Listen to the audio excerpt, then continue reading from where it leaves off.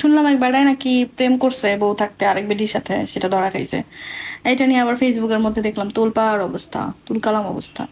তো ঠিক আছে, বেটার কথা না হয় বাদ দিলাম, বেটারা তো এমনি 4টা করে বিয়ে করার লেগে লাফায় সকাল বিকাল, পারে না একটারে কন্ট্রোল করতে, বাট 4টা তাদের বউ লাগবে, 4টা বউয়ের জন্য তারা লাফায়। কিন্তু তুই মাইয়া মানুষ, তুই একটা মাইয়া মানুষ হয়ে আরেকটা মাইয়া মানুষের সংসার কিভাবে নষ্ট করতে চাস? হ্যাঁ, মানে মাথার মধ্যে কি এইটুকু কমন সেন্স কাজ করে না যে যেই ছেলেটা তার বউ বাচ্চা রেখে আমার কাছে রিলেশন করতে লাফাইতে লাফাইতে চলে এসেছে, সেই 2 দিন পরে আমাকে ছেড়ে আবার আরেকজনের কাছে লাফাইতে লাফাইতে চলে যাবে? নিজেকে কি বিশ্ব সুন্দরী মনে হয় আপা? যে আপনি বিশ্ব সুন্দরী এবং সে যাকে বিয়ে করেছে সেই মেয়েটা একদম মানে পাল্লার কালি, যে তার তার ভালো লাগে না দেখে আপনার কাছে গেছে প্রেম করার জন্য?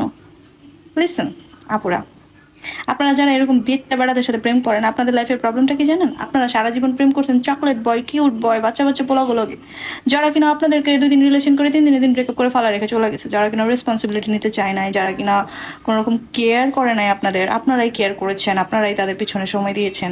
একটা সময় পরে ব্লেম করেন কি আর এই ছেলেরা ভালো না, ছেলেরা এরকম, তো ছেলেরা দায়িত্ব নিতে চায় না, হ্যান ত্যান। তো আপনারা যদি ইচ্ছা করে এরকম ইম্যাচিওর, তারপর হচ্ছে নিজের উপর ডিপেন্ডেন্ট না এই টাইপের ছেলেদের সাথে রিলেশন করেন, পরে তো ছাকা খাবেন, এটা স্বাভাবিক ব্যাপার। এরপরে যখন দেখেন যে একটা ম্যারিড ছেলে যে কিনা বউ বাচ্চার সাথে ভালোভাবে সংসার করতেছে, প্লাস লিচ্চা আপনার সাথে একটু লাইন মারে, তখন মনে করেন এটা তো সোনাই সোহাগা হয়ে গেল, ওর যেহেতু বউ বাচ্চা আছে তাহলে আমাকেও বিয়ে করবে, বিয়ে করে আমাকে সুখেই শান্তিতে রাখবি, তাই না? এই স্বপ্ন দেখেন আপনারা আপু, আফুরা? আপনারা কি এই স্বপ্ন দেখে এরকম বিয়ে বেটাদের সাথে রিলেশন করতে যান আর এরকম সংসার ভাঙেন? কি সুন্দর ফুটফুটে বাচ্চা।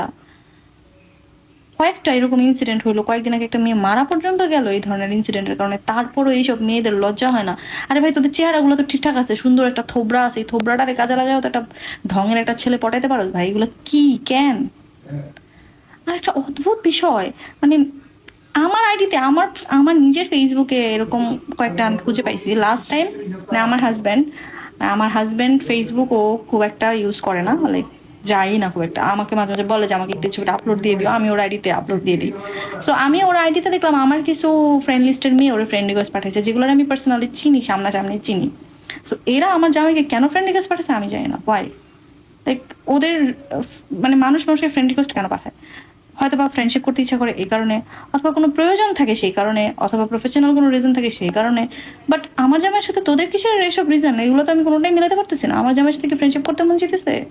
ফ্রেন্ড রিকোয়েস্ট পাঠাইছে আমাকে, একদম কইলজাটা টম দিয়ে ছিড়লাম, ঠিক আছে? আমার জামাইয়ের দিকে তাকাইলে আমার জামাইয়ের নেক্সট টাইম কেউ ফ্রেন্ড রিকোয়েস্ট পাঠালে কি লেগে আমার জামাইয়ের ফ্রেন্ড রিকোয়েস্ট পাঠাস, সমস্যা কি? আমি আবার অত ভাই চোখ বন্ধ করে